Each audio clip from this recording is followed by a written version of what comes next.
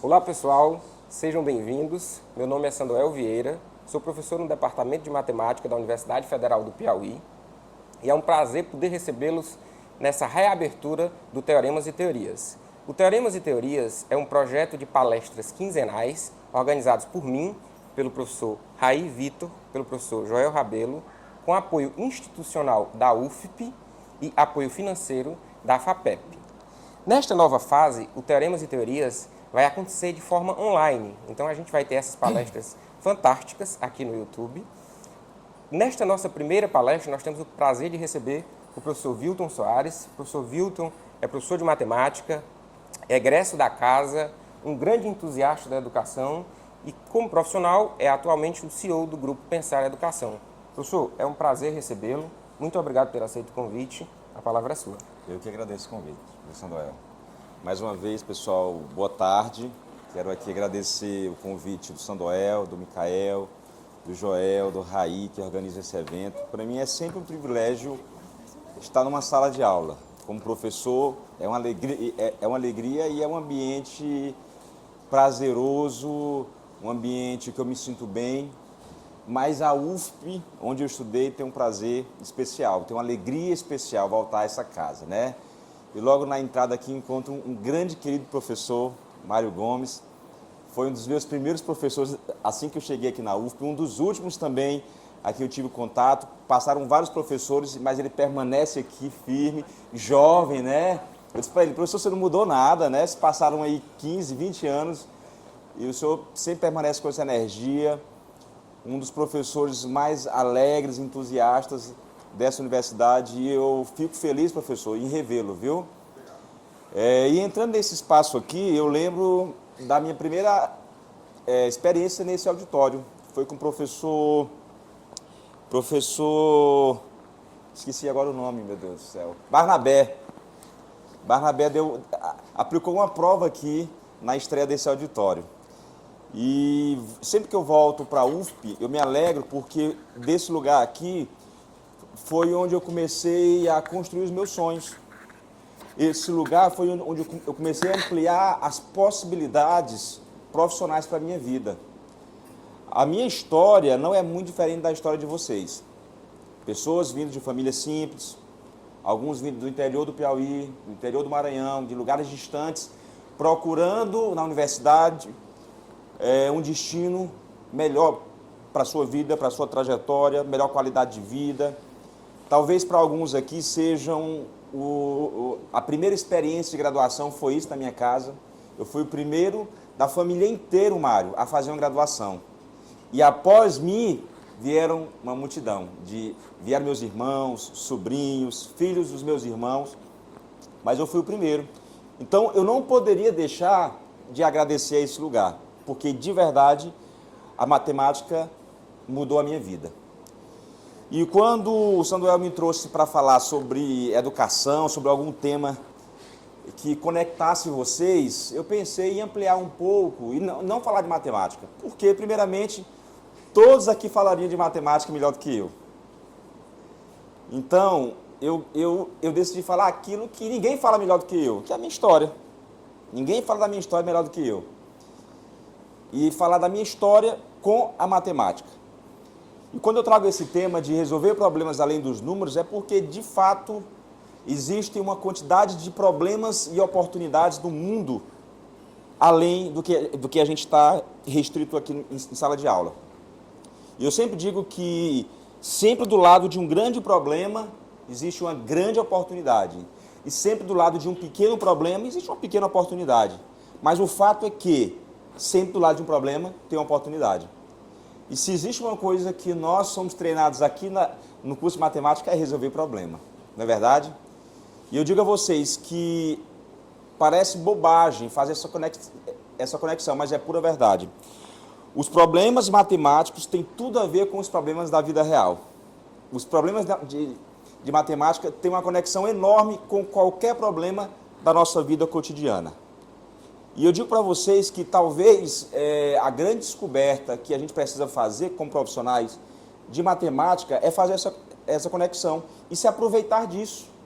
Né? Eu estava conversando esses dias com um colega coordenador e eu disse assim para ele, Eduardo já observou que os professores mais inteligentes da nossa escola, os que adoecem menos, os que faltam menos, os que dão menos trabalho, são de matemática? E ele disse, é verdade, Vilton.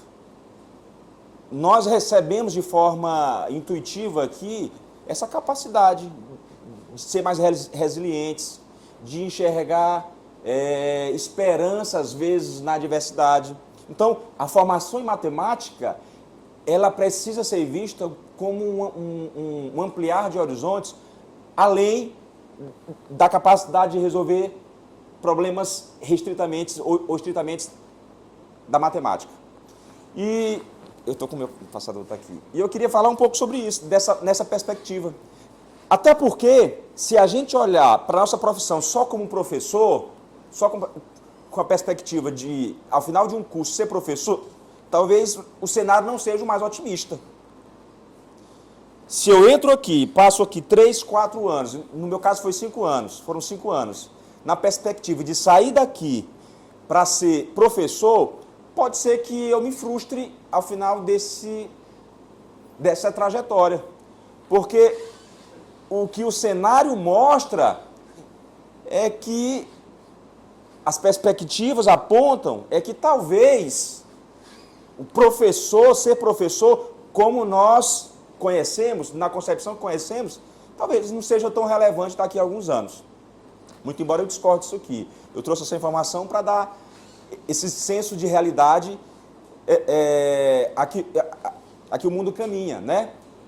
Nós estamos diante de um cenário em que a informação está cada vez mais acessível, né? Nós conseguimos cálculos ou soluções complexas de cálculo fazendo uma foto do problema, sim ou não? A gente faz uma foto e a gente tem a solução do problema. Então, talvez esse modelo que nós tanto aspiramos ou planejamos ser como profissionais não seja o mais ideal daqui a alguns anos.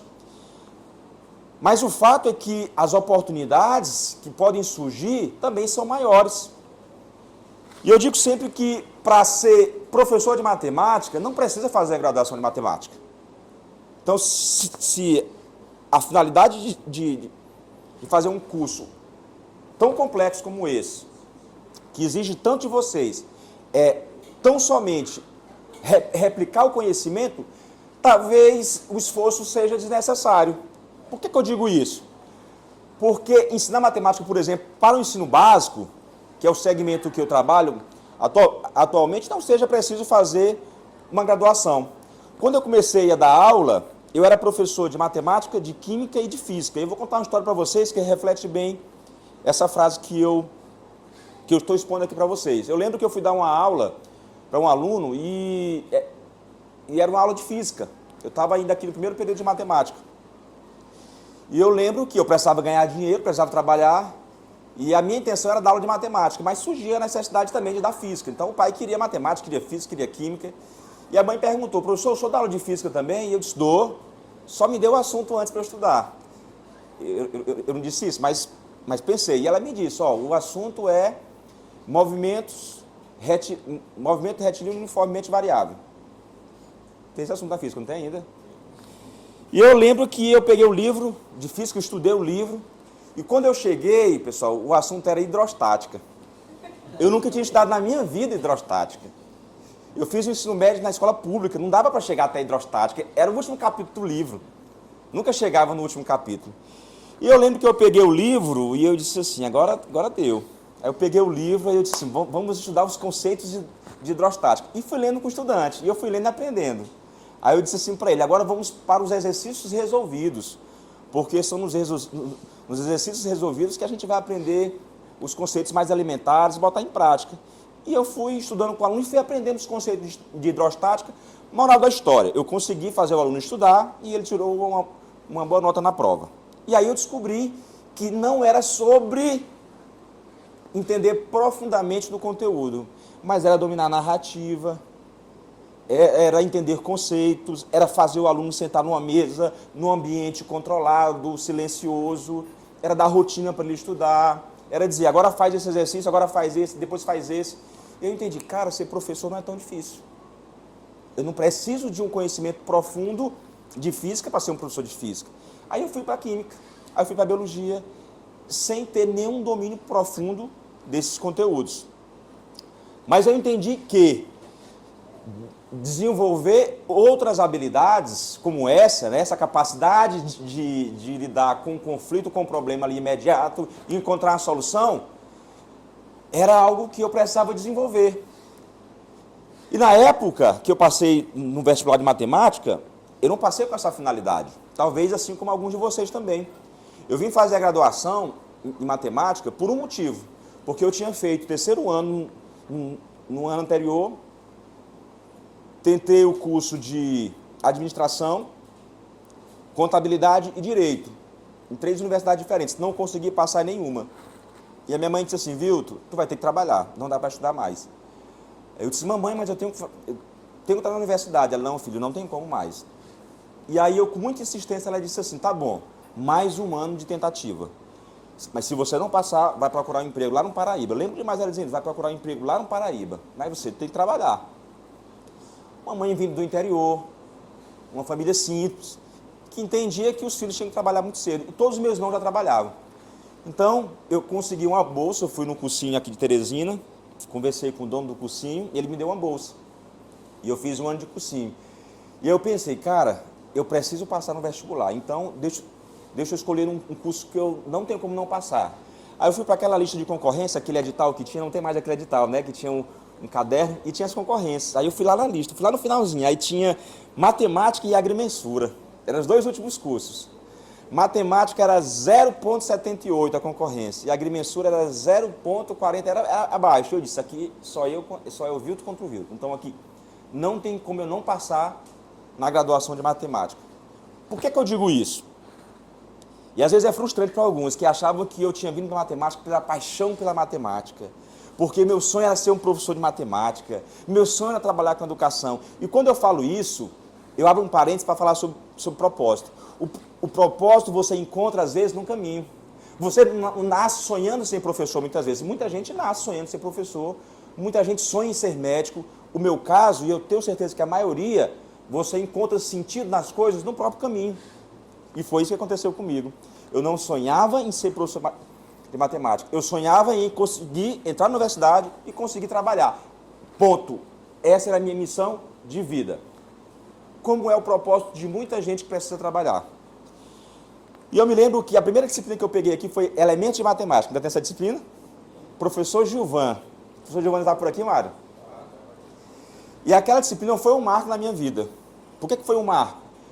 Porque foi uma aula, foi um período em que eu disse assim, cara, eu gosto disso. Mas, volto atrás, eu não sonhava em estudar matemática. Mas no meio do caminho, eu descobri que eu gostava disso. E foi uma disciplina, foi uma experiência tão boa, que eu passei naquele ano para contabilidade na UESP e passei para recursos humanos no IFP, na época Cefet. Naquele período, eu tranquei o curso de RH pela manhã que eu fazia, à tarde que eu fazia no Cefet, e tranquei o curso de contabilidade na UESP e decidi, vou fazer matemática. Dos 3, isso aqui me encantou. E eu comecei o curso de graduação de matemática. E o primeiro ano foi muito dedicado ao curso, mas como eu disse, eu precisava trabalhar. Então o Mário sabe muito bem disso, né, Mário? Que eu tinha que sair daqui para dar aula. E eu comecei a ser professor ainda no primeiro ano do curso de matemática. E não consegui ter a oportunidade, assim como vocês, de estarem aqui mais tempo, fazer um mestrado, porque eu tinha realmente uma necessidade de ajudar a minha casa. E comecei, né, essa minha jornada como professor. E nessa jornada eu descobri que a matemática me trouxe muitas lições, muitos aprendizados. Não só na matemática pura, mas essa resiliência, né? Eu lembro que eu me deparava com o curso, sobretudo o curso de Cálculo 2, eu por muitas vezes, eu olhava para o livro, pessoal, e eu via russo ali, eu via um idioma que não era o português, e eu de verdade, confesso para vocês, eu chorava, eu dizia, meu Deus, eu sou muito burro, eu não consigo aprender isso. E eu lembro que uma dessas noites de estudo, véspera de prova, eu fui aqui para a casa do estudante, tinha uns meninos de Cocal que vinham para cá estudar, e os meninos entendiam, explicavam, e eu não entendia. Cara, eu sou muito burro, eu não consigo entender isso. e com muita insistência, e aí eu sempre digo outra coisa, que matemática é habilidade aprendida. Eu não aprendi matemática no ensino médio, eu aprendi matemática num curso de matemática. Eu digo matemática básica mesmo, de fração, de porcentagem, de conceitos básicos de estatística. Foi no curso de graduação. Né? Espera-se que alguém que chega no curso de matemática tenha aptidão para matemática, tenha talentos matemáticos. Não foi o meu caso, eu acho que é a realidade de muita gente. Mas o fato é que eu aprendi, né? Eu fui aprendendo conceitos que eu jamais imaginei que poderia aprender, e eu aprendi aqui. E comecei por essa jornada, né, de ser professor de matemática, e comecei a empreender também na matemática. Eu digo que a matemática talvez seja a ciência que mais contribui para grandes coisas e para empreender. Então, se para ser professor de matemática não precisa de uma graduação de matemática, eu posso garantir para vocês que para qualquer coisa grande é preciso inteligência matemática. Qualquer grande criação, qualquer grande solução de problema, por trás, precisa ter inteligência matemática. Não tem como criar grandes coisas sem essa inteligência. Porque qualquer atividade, por exemplo, de liderança, né, que é uma soft skill super avaliada e super necessária em tempos de inteligência artificial, ela vai exigir isso aqui, ó, vai exigir percepção de comportamentos e padrões, estruturação de raciocínio, formular hipóteses, testar caminhos, buscar soluções de forma lógica e criativa. Esses são conceitos de liderança, são conceitos de inovação. Pessoal, isso aqui nada mais é do que o quê? Pensamento matemático. Sim ou não? Isso é pensamento matemático puro. Então, por que é que eu não posso dizer que nós, que fazemos matemática, temos um diferencial competitivo no mercado? A resposta é sim. A resposta é sim. Eu estava observando, por exemplo, o mercado financeiro nos Estados Unidos, né, depois da formação em economia, o segundo curso que mais absorve profissionais é o curso de matemática e física, que não é a realidade do Brasil. No Brasil, alunos de direito estão mais no mercado financeiro do que os alunos de matemática. E aqui traz algumas lições para nós. Talvez é mais uma questão de mentalidade nossa, de entendimento das possibilidades e caminhos que nós possamos percorrer, do que preparo, do que oportunidades, do que qualquer outra coisa. Então, se nós lidamos com isso aqui todos os dias, em todas as aulas, nós podemos dizer, e eu posso dizer para vocês, que esse caminho ele é muito mais amplo. Por que eu digo isso? Porque nem todo mundo aqui, né, tem aptidão para encarar uma sala de aula, ou tem um desejo disso. E muitas vezes se coloca nessa posição por, muitas vezes, não encontrar um outro caminho. Esse é um caminho extremamente nobre e necessário e cada vez mais rápido do professor. Né? É uma profissão que não é fácil encontrar bons professores. Não é verdade, Sandel? De vez em quando eu ligo para o Sandel, me arruma um professor, me indica um professor. Não é fácil encontrar professor. Mas a verdade é que nem todo mundo quer ser professor. E muitas vezes a universidade nos apresenta apenas uma opção, essa opção. Ah, Vilton, mas eu tenho uma segunda opção que é para pós-graduação, que em geral vai se tornar um professor depois também. Mas diante disso, eu apresento a vocês uma infinidade de possibilidades. E eu quero que vocês saiam hoje daqui tendo a certeza que o aluno da matemática, ele tem ferramentas diferenciais competitivos que o tornam diferente do mercado de trabalho. Vocês podem ter certeza disso. O Steve Jobs, ele fala uma frase muito interessante, que diz o seguinte, que criar coisas é conectar pontos. Conectar pontos nada mais é também do que um princípio matemático. E quando a gente entende que eu sou capaz de criar conexões, de resolver problema, eu sou resiliente diante de um problema, eu sou capaz de criar coisas, de inovar, de criar novas possibilidades, de criar soluções. E muitas vezes a gente não se vê nesse lugar por uma questão simplesmente de mentalidade. E eu posso falar aqui com propriedade, eu tenho esse lugar de fala, porque esse foi um lugar que eu ocupei durante muitos anos. Um lugar de me sentir abaixo dos outros, um lugar de me sentir por vir de uma família simples. Eu, na pior das possibilidades, eu vou conseguir um emprego ali, mas é no máximo aquilo ali, porque eu escutava isso na minha casa. Minha mãe dizia para mim, Vilton, meu filho, só consiga um emprego, só consiga o básico. Então, eu fui treinado, e muitos de vocês também foram treinados, para ter um certo limite, né? Alguém botou um teto sobre a nossa cabeça, e às vezes foram, sobretudo, os nossos pais, a nossa escola, às vezes a igreja, a mídia, enfim, nós somos doutrinados a ter um teto limite sobre a nossa cabeça. E essa mentalidade, ela restringe muito o nosso campo de atuação. E nos limita a fazer coisas, às vezes, muito pequenas. E eu digo para vocês, o mundo em geral, ele é medíocre. O mundo em geral, ele é um mundo que as pessoas fazem o mínimo possível. E nós, pessoal, com essa capacidade aqui, com o repertório tão vasto que nós aprendemos aqui na academia, nós não deveríamos, em nenhuma hipótese, aceitar o mínimo, minimamente, a gente ter muito sucesso naquilo que a gente faz. Seja como professor, seja como pesquisador, seja como empreendedor.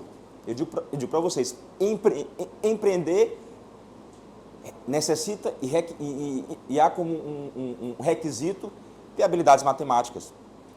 Resolver problema é o que o empreendedor faz todos os dias.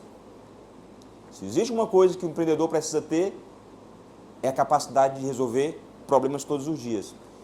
E eu me coloco numa posição muito privilegiada, né, de forma assim, muito fria. Às vezes até o meu time, meus diretores falam, viu, você é muito frio diante desse problema. E eu digo, e eu penso, né, internamente, que eu fui treinado para isso. Ser racional, ou estar sempre pensando em soluções racionais, e menos emocional, quando se trata de negócio, de resolução de problema, é uma habilidade que eu aprendi aqui. Eu desenvolvi partindo de pequenos problemas a problemas complexos no curso de matemática. A vida me apresentou problemas reais que os problemas matemáticos foram pré-requisitos. Então, eu convido vocês, a partir de agora, a ampliar essas possibilidades. Eu convido vocês a pensar um pouco além daquelas possibilidades que talvez estavam restritas na mente de vocês. E mais do que isso, eu quero que vocês se inspirem, né, para serem os melhores profissionais que vocês conseguirem imaginar. Nós temos aqui nessa universidade diversas histórias inspiradoras, e vocês sabem de algumas delas, né?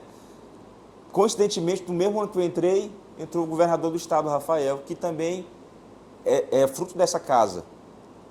E diversas outras grandes histórias, grandes professores do Brasil saíram daqui. Então, aqui é um celeiro de grandes talentos. Eu estava conversando esses dias com um colega, né, e ele me dizendo, né, porque era que a engenharia, saíram tantas iniciativas da engenharia, tantas iniciativas do curso de computação, e pouco saía da física e da química. E eu devolvo essa pergunta para vocês, por quê? Por que não também da matemática? Por que não também da física? E às vezes o ambiente, né, ele conspira para isso. E isso me alegra muito essa iniciativa dos meninos, porque eu acredito que isso seja, né, um desejo deles também de fomentar outras iniciativas. O Sam Walter da OpenAI disse numa palestra que se fosse sugerir uma graduação para seus filhos, seria física ou matemática. Então, grandes mentes e grandes construtores de negócio de tecnologia entendem que os alunos de matemática, os alunos da física, possuem um potencial enorme de criação. E aí eu deixo essa pergunta para vocês, né? Por que não vocês? Por que não nós? Por que não os estudantes da graduação do curso de matemática da Universidade Federal do Piauí não iniciam ou criam ou constroem grandes iniciativas como tantos outros departamentos? Que vocês possam trilhar por esse tempo aqui na universidade, aprendendo muito sobre matemática, que vocês possam pensar na possibilidade de aplicar aquilo que vocês aprendem, não somente aprofundando a matemática, mas levando para a vida real. Recentemente eu recebi um convite de um aluno do curso de Direito, trazendo uma solução para correção de redação, utilizando inteligência artificial. Um aluno do curso de Direito. Se o aluno do curso de Direito conseguiu enxergar uma oportunidade de negócio, de tecnologia, por que nós também não conseguimos enxergar oportunidades em outras áreas? E eu espero de verdade, depois, voltar aqui e ouvir histórias de estudantes que criaram negócios, de estudantes que ampliaram essas possibilidades, de estudantes do curso de matemática que se tornaram grandes professores, empreendedores também, porque existe a diferença entre o professor e o professor empreendedor. Existe a diferença entre o professor e o professor com uma mentalidade empreendedora. O professor que olha para essa informação sobre o futuro e sente medo. E o professor que olha para essa notícia e vê oportunidade. Eu tive a oportunidade de conhecer pessoalmente o criador da Khan Academy. Eu estive com ele em São Paulo há mais ou menos 2 meses e ele mostrou algumas ferramentas de tutoria que ele está aplicando com inteligência artificial, um matemático. Foi uma história muito parecida com a nossa, vindo de família simples, família humilde, que encontrou num problema da sobrinha uma grande oportunidade. Que na solução de um problema de aprendizagem de matemática da sobrinha, está solucionando o problema de aprendizagem de matemática no mundo inteiro. Então, eu deixo essa semente. Muitos dos problemas que estão lá fora dessa sala, a solução está aqui. Muitas das dores que estão lá nas escolas, a solução está aqui. A solução está com vocês. E eu espero de verdade que vocês desenvolvam essa solução que o mundo precisa, que o mundo merece, a partir desse ambiente que vocês estão. Vocês são privilegiados. Eu tive o privilégio de estudar aqui. Sou eternamente grato a Deus e grato a essa universidade por ter me permitido estar onde eu estou. São hoje 7 escolas, quase 4.000 alunos, mas começou aqui, empreendendo aqui, dando aula nesses espaços aqui. Muitas vezes eu trazia meus alunos para a biblioteca, não tinha espaço, não tinha uma escola ainda. Muitos professores, hoje alguns professores até da universidade, foram professores comigo também, como professor de reforço, dando aula particular. E é isso, pessoal. Mais uma vez, muito obrigado pelo convite. Eu não sei se era isso que era a proposta, mas eu trouxe aqui de verdade aquilo que me toca, aquilo que faz muito sentido para mim e que eu acredito que possa trazer algum tipo de inspiração para vocês. Muito obrigado.